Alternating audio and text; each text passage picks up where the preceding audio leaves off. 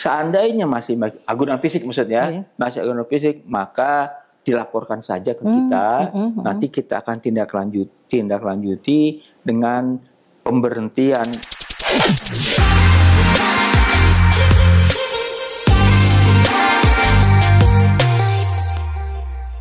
Assalamualaikum warahmatullahi wabarakatuh. Salam sejahtera, salam sehat Bapak Ibu semua, Sobat Mikronesia.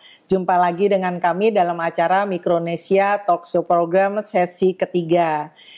Jumpa lagi lebih kurang 20 menit ke depan kita dengan Bapak Dr. Julius MA, Deputi Bidang Usaha Mikro, Kementerian Koperasi dan UKM, yang akan membahas tentang peningkatan akses pembiayaan bagi usaha mikro melalui kredit usaha rakyat.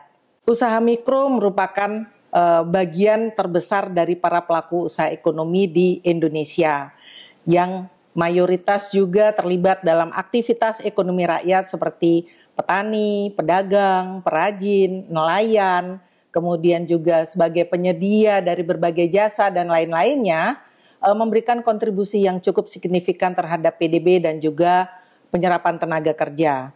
Nah, namun di sisi lain, para pelaku usaha mikro kecil ini juga menghadapi masalah terkait dengan permodalan. Nah, biasanya para pelaku usaha mikro ini terkait permodalan untuk mengembangkan dan juga memperbesar usahanya. Belum lagi ketika bersaing dengan para pelaku usaha besar yang memang punya modal lebih besar. Selain itu, ada literasi keuangan yang memang masih terbatas yang dialami oleh para pelaku usaha mikro ini. Nah, untuk itu pemerintah berupaya untuk meningkatkan akses pembiayaan bagi usaha mikro, khususnya bagaimana mereka bisa dengan mudah kemudian dengan cepat bisa mengakses pembiayaan, terutama melalui program kredit usaha rakyat atau KUR.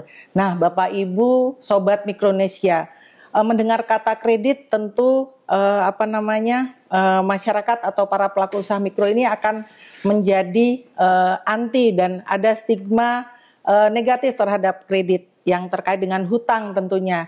Tapi jangan khawatir, yang terbayang di sini pastinya kan tentang bagaimana membayar cicilan, kemudian pasti terbayang bunga yang tinggi.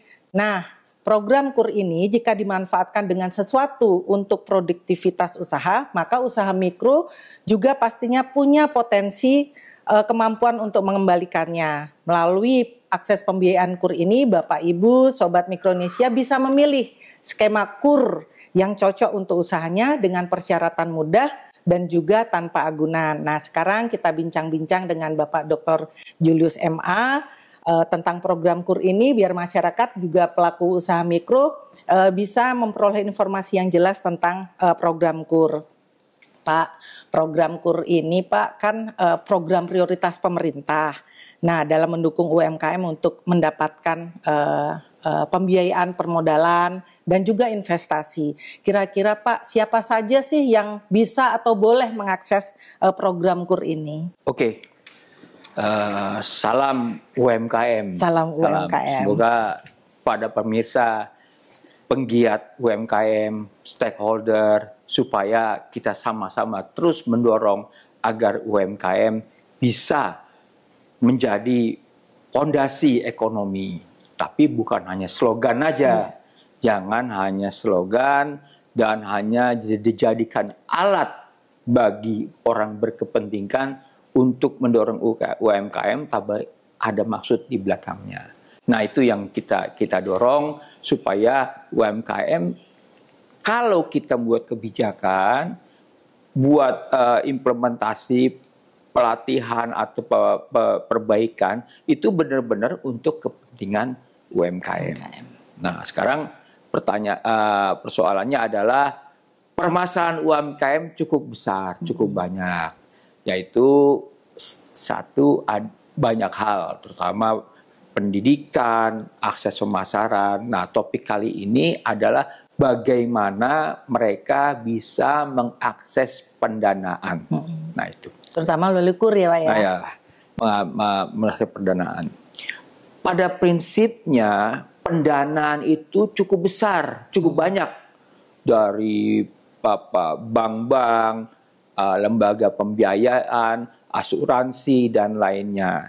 Namun namun UMKM menghadapi kesulitan dalam mengakses pendanaan.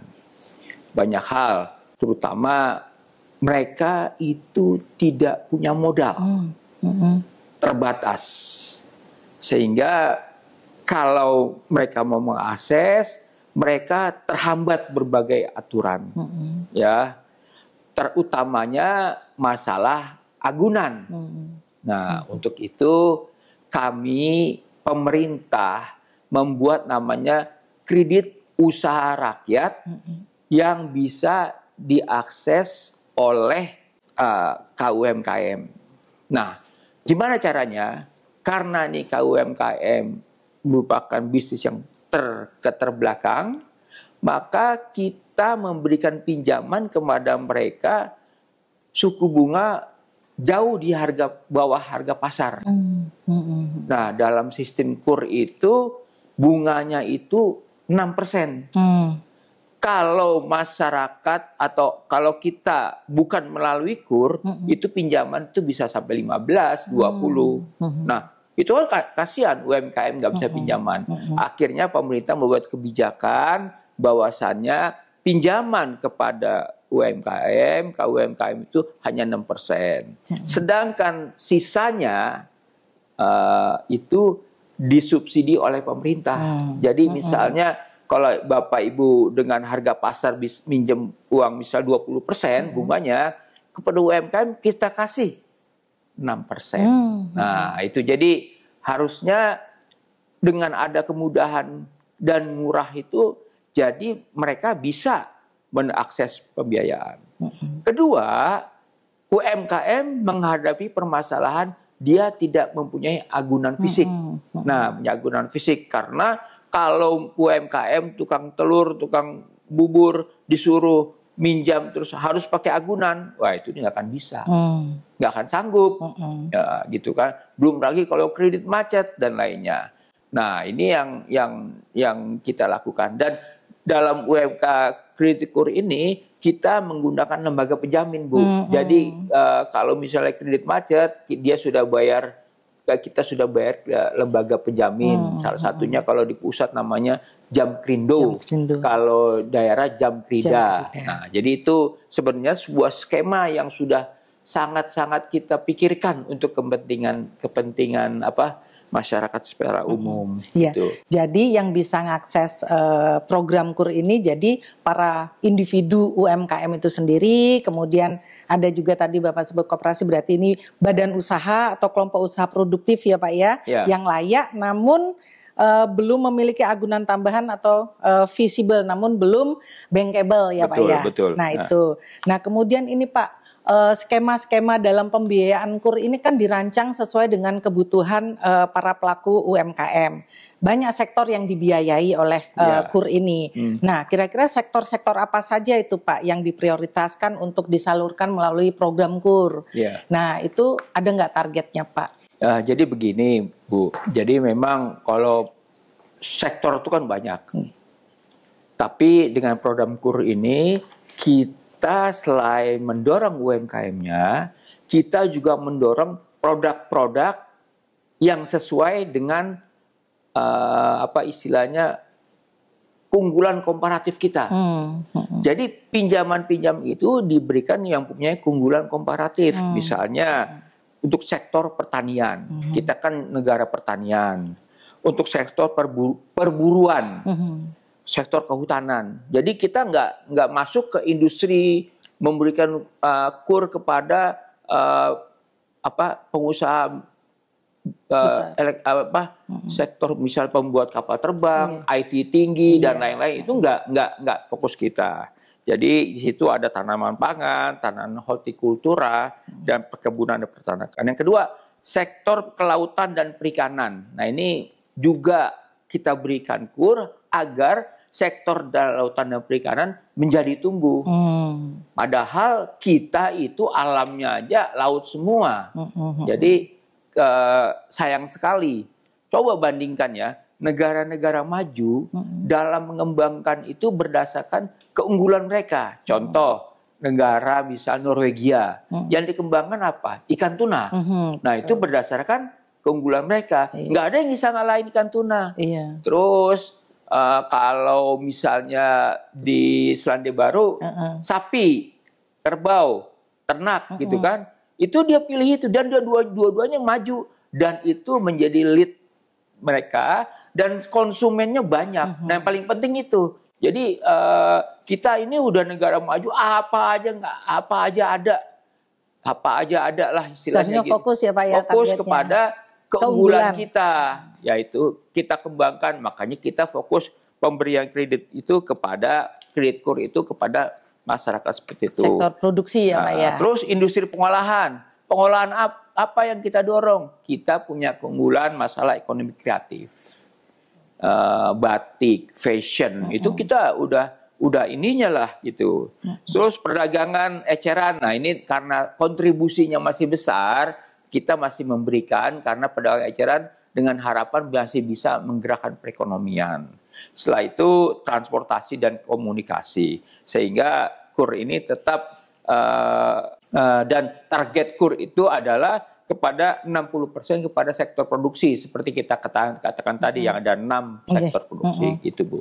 Baik, nah Bapak Ibu Sobat Mikronesia ternyata masih terbuka peluang yang sangat luas, sangat besar bagi para pelaku usaha mikro khususnya untuk bisa mengakses program ataupun skema-skema dari kredit usaha rakyat ini. Bisa datang ke perbankan atau lembaga pembiayaan yang memang sudah ditetapkan oleh pemerintah sebagai penyalur KUR ya Pak ya. 40. Ada 40 lembaga keuangan termasuk perbankan untuk penyaluran KUR. Nah tadi kalau Pak Julius sudah bilang sektor-sektor produksi menjadi prioritas. Nah sekarang Pak, kira-kira apa saja sih jenis KUR yang disalurkan oleh bank Pak? Oke, jadi KUR itu sistemnya pemerintah menyediakan dana.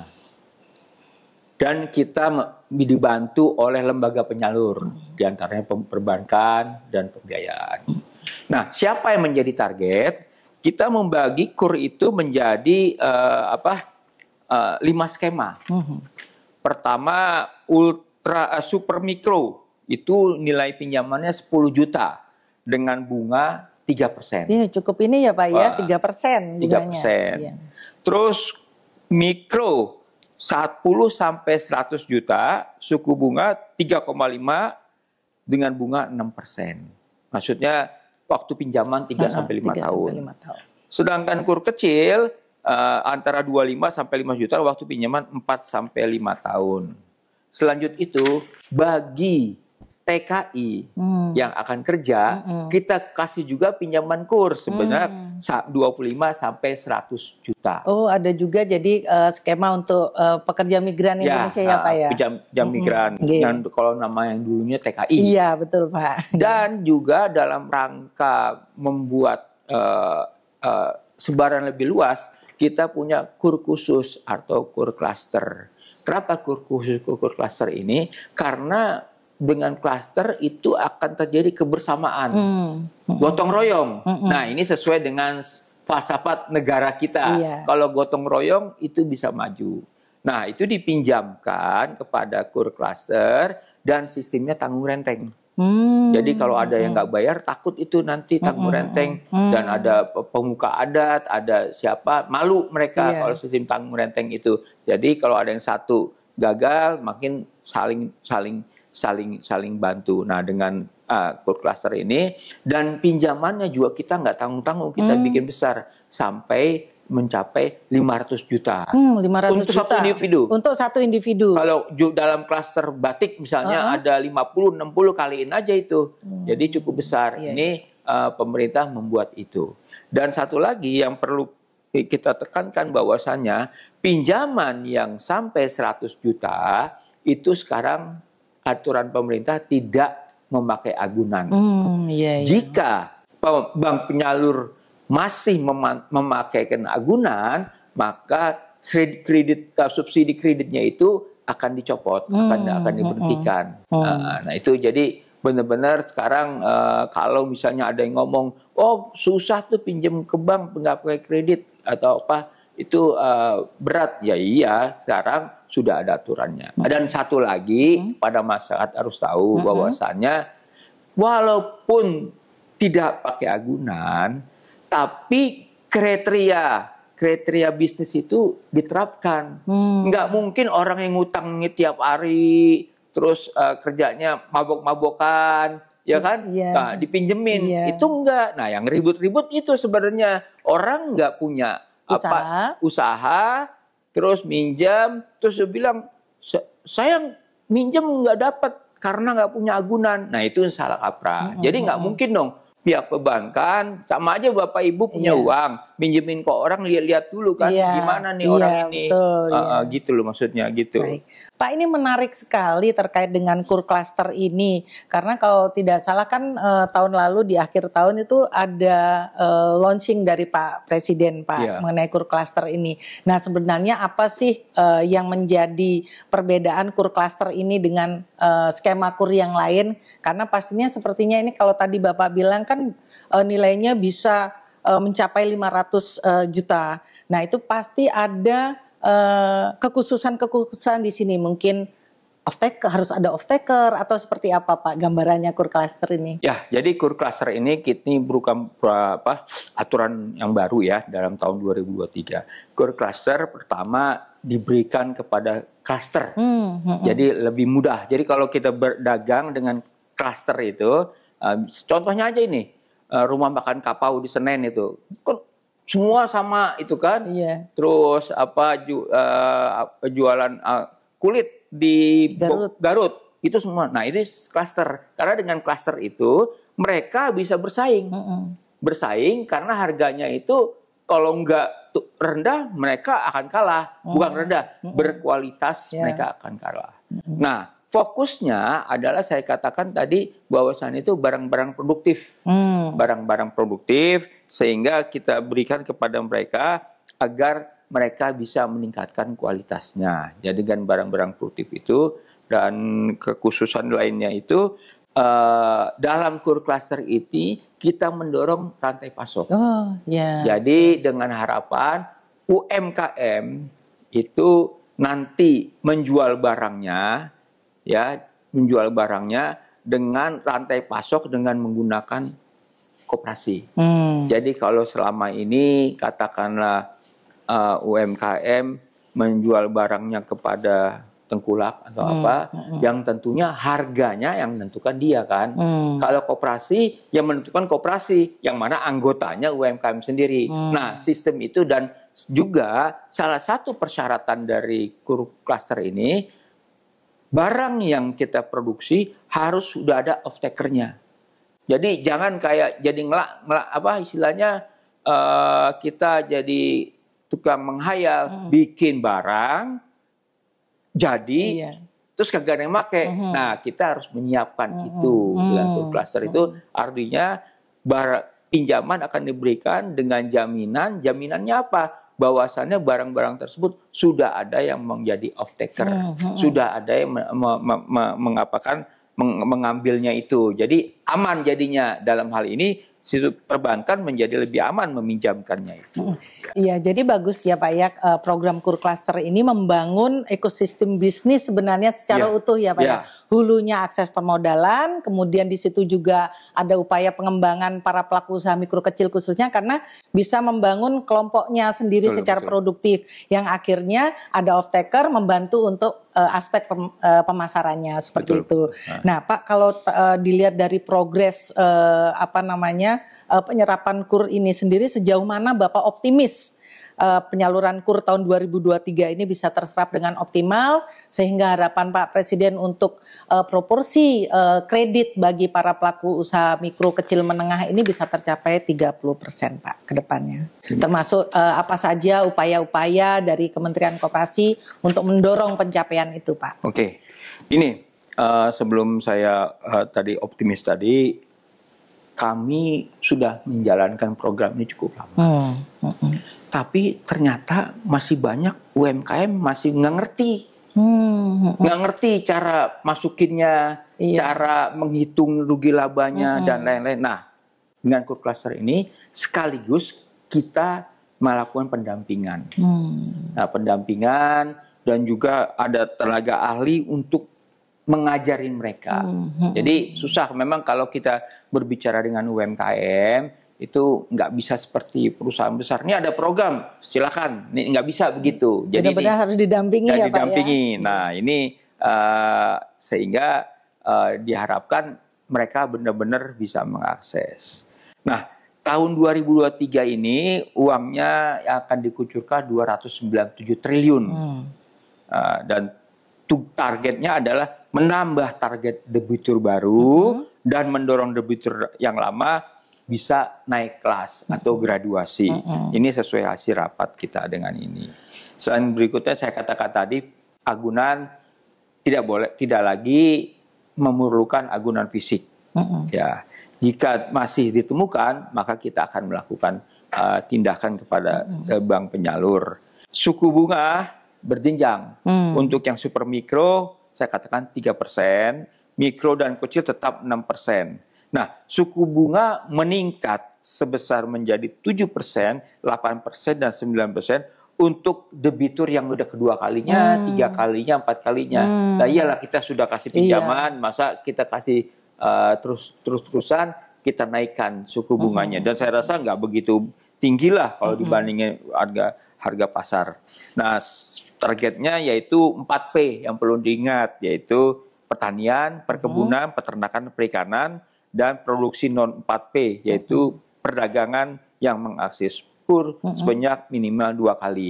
Kalau yang 4P sebanyak 4 kali kita berikan itu. Jadi ini, dan selain itu pemerintah juga secara berkala mengevaluasi bank penyalur supaya NPL-nya itu tidak di bawah, tidak atas 5% ya, selama 6 bulan berturut-turut. Kalau 6 bulan berturut-turut di atas 6%, maka kita akan melakukan pemberhentian sementara gitu Bu. Ya, jadi strategi Kementerian Koperasi dan UKM untuk mendorong peningkatan akses pembiayaan ini tadi selain pendampingan kur ada ya Pak ya. Ada. Kemudian ada literasi keuangan sepertinya ya Pak ya, melalui kegiatan-kegiatan bimbingan teknis sehingga bagaimana mereka bisa mengetahui manfaat dari kur itu sendiri. Literasi keuangan kita punya program sendiri Bu, La Mikro. Oh, siap. Ya, jadi bisa dilihat kan gitu kan. Gitu. Jadi itulah upaya-upaya yang dilakukan oleh Kementerian KUKM untuk bisa mendorong para pelaku UMKM ini terhubung dengan ekosistem pembiayaan di Indonesia. Nah, Pak, ini ada satu pertanyaan nih Pak yang sering kali muncul di lapangan. Nah, tadi Bapak sampaikan terkait dengan agunan, tapi sampai saat ini ternyata persoalan agunan itu masih menjadi masalah dalam penyaluran program KUR. Ini yang banyak dikeluhkan oleh para pelaku usaha mikro khususnya Pak. Nah, menurut Bapak bagaimana Kementerian Koperasi dan UKM menyikapinya, dan kalau terjadi ataupun ada masalah-masalah agunan ini, kemana mereka bisa menyampaikan atau mengadukannya Pak? Oke. Persoalan pertama adalah kita sudah melakukan aturan bahwasannya bagi peminjam 100 juta sampai 100 juta tidak memakai agunan. Seandainya masih agunan fisik maksudnya, masih agunan fisik, maka dilaporkan saja ke kita. Nanti kita akan tindak lanjuti dengan pemberhentian kredit subsidi kredit kepada bank itu. Nah, ini kita akan kita ini. Kedua, yang perlu juga diperhatikan, harus hati-hati juga bahwasanya kalau UMKM minjam nggak dikasih atau minta agunan atau apa itu nggak dikasih gitu, itu mungkin kesalahannya juga di UMKM sendiri. Nggak mungkin kan, saya bilang tadi bahwasanya bank ngasih pada orang yang tidak jelas gitulah. Nah, itu kan juga mereka punya, itu uang rakyat juga masalahnya. Itu jadi kalau ada suara-suara seperti itu perlu diperhatikan juga Bu gitu. Jadi kita lebih bijak menyikapinya ya Pak ya. Jadi jangan main salahin aja gitu. Baik. Jadi Bapak Ibu Sobat Mikronesia, jadi peluang akses pembiayaan bagi usaha mikro khususnya ini sangat terbuka. Dan pemerintah sudah memberikan berbagai aspek kemudahan untuk bagaimana para pelaku usaha mikro ini bisa mengaksesnya. Nah, 20 menit telah berlalu ini Pak. Sampai jumpa pada program Mikronesia Talkshow Program. Kami tutup Mikronesia Talkshow Program ini dengan semangat UMKM, yaitu UMKM kuat, UMKM naik kelas, Indonesia maju. Terima kasih. Wassalamualaikum warahmatullahi wabarakatuh.